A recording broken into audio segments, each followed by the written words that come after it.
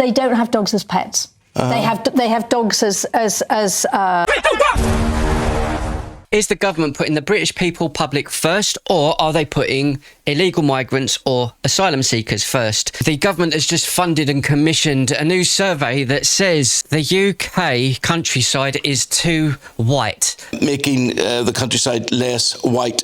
There's a report published today, an advisory report that various strategies to attract more ethnic minorities to reflect a multicultural nation. Isn't this social engineering? That big groan at the end by Eamon Holmes there, I think a lot of us feel that way about all of this. Said that the problem is country pubs are very attractive to white people but not to coloured people. Well, that's what a country pub is. It caters for the community that live around it, doesn't it? So the menu and the drinks represent what all that is. I just don't get this. I mean, if people in this country can't accept that Gloucestershire, which is the Cotswolds, which is cited in this report, is not Alabama or Mississippi, so why do you have to start making provisions for people who live in places like Alabama and Mississippi in Gloucestershire? I don't... He's 100% right. It's social engineering, the worst sort. The thing is with this story, Scarlett, I don't know a single black person or Asian person. I live in Tower Hamlets. I mean, it's that, lots of people from different diversities. I say most of my friends aren't white. They're either Asian or black, and most of them drink more than me and party more than me. So that's a load of nonsense, this whole thing. Like I can't because I'm black. Yeah, actually, I have quite a long time ago. A very rich.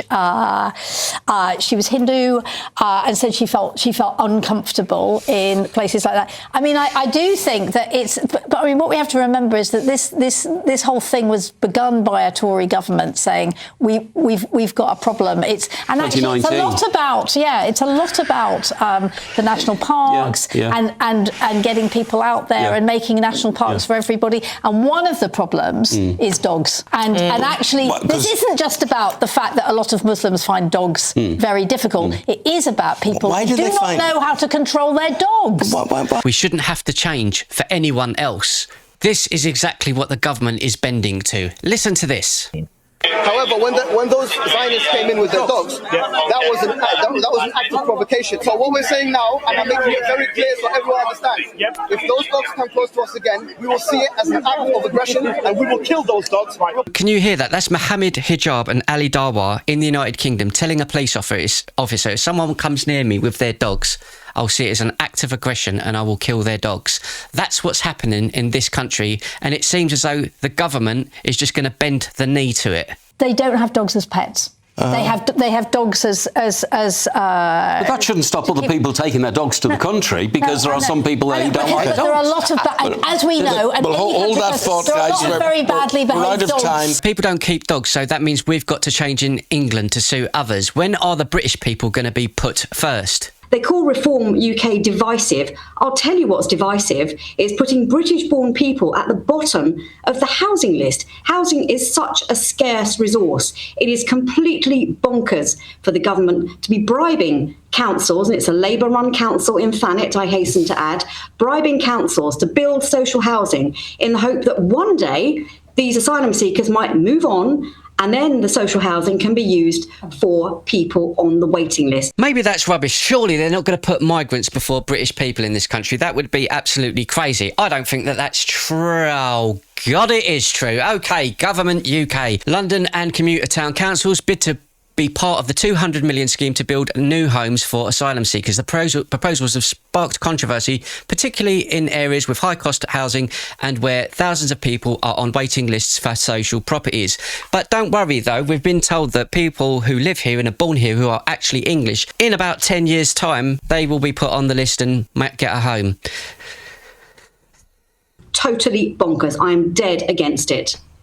Now, Lyndon, the nationwide picture is there are 1.3 million people in Britain on social housing waiting lists. That's a 3% year-on-year increase. But in some parts of Britain, Glasgow, it's over 100 years to get a family home. Brits are clearly, provably at the back of the queue. Now, we asked the question at the start of the show, will this be Sir Keir Starmer's 15th U-turn? It seems that the Labour Party has already realised this is about as popular as a cup of cold sick. They seem to put the plug on it. Multiple emergency services called to unresponsive man near a Derby hotel. Apparently, this was a homeless man. Really, really sad story. And the police statement comes out after it was widely reported on social media over the weekend that a man had died near the entrance of Derby Midlands Hotel, which, along with the station, is accommodating more than 300 asylum seekers in the city. They seem to make policy up on the hoof.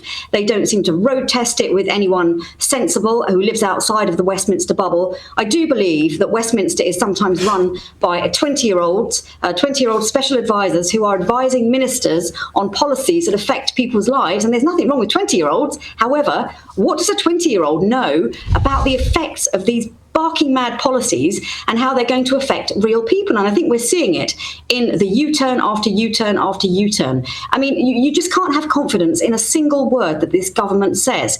And going back to the social housing waiting lists, it's an utter disgrace that people who were born and bred in this country are not at the top of the list for social housing. And they're seeing people who are coming from abroad illegally, in the case of many of the people who are going to be going onto the Thanet District Council list of social housing. They shouldn't be here in the first place. They've come here illegally. They're getting put up in 4-star hotels, and now they're getting given social housing. It's an utter disgrace. Could you imagine that, though? Imagine the government putting the British people first.